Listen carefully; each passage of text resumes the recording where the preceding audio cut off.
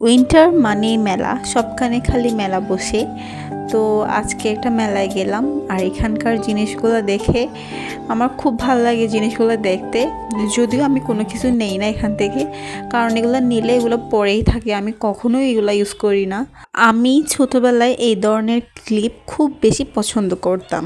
আমি বের হলে এই ধরনের ক্লিপ নিয়ে বাসায় যেতাম। আমি যখন ক্লাস 10-এ পড়ি তখনও আমি এইসব জিনিস মাথায় ইউজ করতাম, আর একদম অনেকগুলো ক্লিপ দিয়ে স্কুলে যেতাম। আমার এসব মনে পড়ে, কিন্তু এগুলো এখন আমার পছন্দের লিস্টে একদমই নেই। আসলে মানুষ বড় হয়ে গেলে তার পছন্দের লিস্টটাও একদম চেঞ্জ হয়ে যায়। আর চুড়িগুলো ভালো লাগছিল, কাচের চুড়ি আমার একদমই পরা হয় না।